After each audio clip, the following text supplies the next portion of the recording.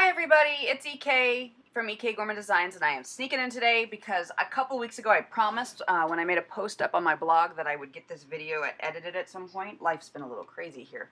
But this was for the White Rose Crafts Inking Up and Inking Up Theme Week, and I used a brayer to create all these inked up backgrounds, and I thought I have time finally, I'll get this video edited and I'll show you how I made the cards. This first card I used the VersaFine Clair ink and my Ranger brayer and literally just braid blue and red onto a piece of good cardstock. I made the mistake of not cleaning my brayer off because I'm that kind of fool sometimes. But I just love this blocky, inky randomness that kind of came with it. I finished this particular card off with the Jelly Bean Soup Love Bug stamp collection and stamped the sentiment out in the Warm Breeze VersaFine Clair ink. My second card uses a piece of ephemera from the Lemon Crafts and the Scrapberry stains, which work a little bit like distress ink, but yet differently. They're water soluble, so if you get them wet, they actually move, even on just a piece of cardstock like I'm using here. I used the green, the blue, the pink, and the black to create this image, and I like how this one sort of just kind of ended up looking like it was always meant to be this way. I couldn't find my baby wipes because, couldn't find my baby wipes. So instead, was using a tissue, not even a paper towel, I was using a tissue. And I have tissue stuck to everything because I'm not real smart.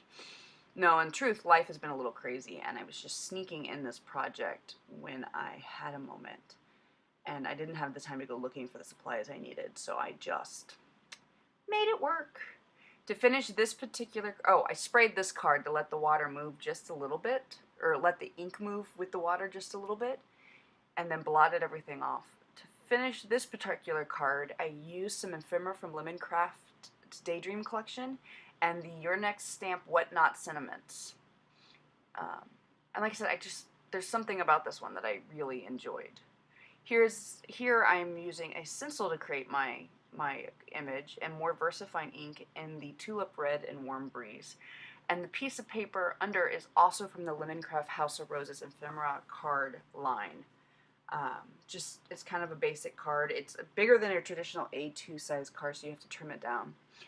I was going to bray through the stencil and realized that's not going to work. So using, this time I found a baby wipe, I smeared the ink through the stencil and ended up with kind of a broken up it's an uneven coloring of the ink, and I love it. Like, I adore how it came out.